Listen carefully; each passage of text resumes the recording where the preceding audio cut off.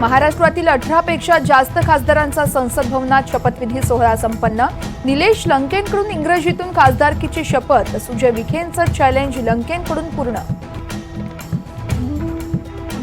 ओम बिर्ला पुन्हा लोकसभेचे अध्यक्ष होणार। बिर्लांनी एनडीएकडून उमेदवारी अर्ज भरला। अर्ज दाखल करताना एनडीएचे सर्वच नेते उपस्थित। लोकसभा अध्यक्षपदावर सत्ताधारी आणि विरोधकांमध्ये सहमती नाही।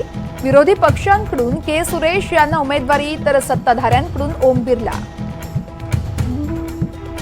आज 278 नव्या खासदारांचा शपथविधी सोहळा पार, तर लोकसभेचा विरोधी पक्ष नेताही आज ठरणार। राहुल गांधींच्या नावासाठी काँग्रेस आग्रही। दिल्लीत आज महाराष्ट्रातील काँग्रेस नेत्यांची महत्त्वाची बैठक। आगामी विधानसभा निवडणुकीसाठी रणनीती ठरणार, तर विधानसभेसाठी काँग्रेस सर्वाधिक जागा मागण्याचीही शक्यता। राज्याला हादरवून सोडणारा मोठा खुलासा 2 दिवसात करणार। 2 दिवस थांबा, फार मोठा स्फोट आहे, रोहित पवार यांचं सूचक वक्तव्य। नांदेडच्या सूर्यकांता पाटील यांचं अखेर शरद पवार यांच्या राष्ट्रवादीत पुन्हा एकदा पक्षप्रवेश। विधानसभेसाठी उमेदवार असण्याचीही शक्यता।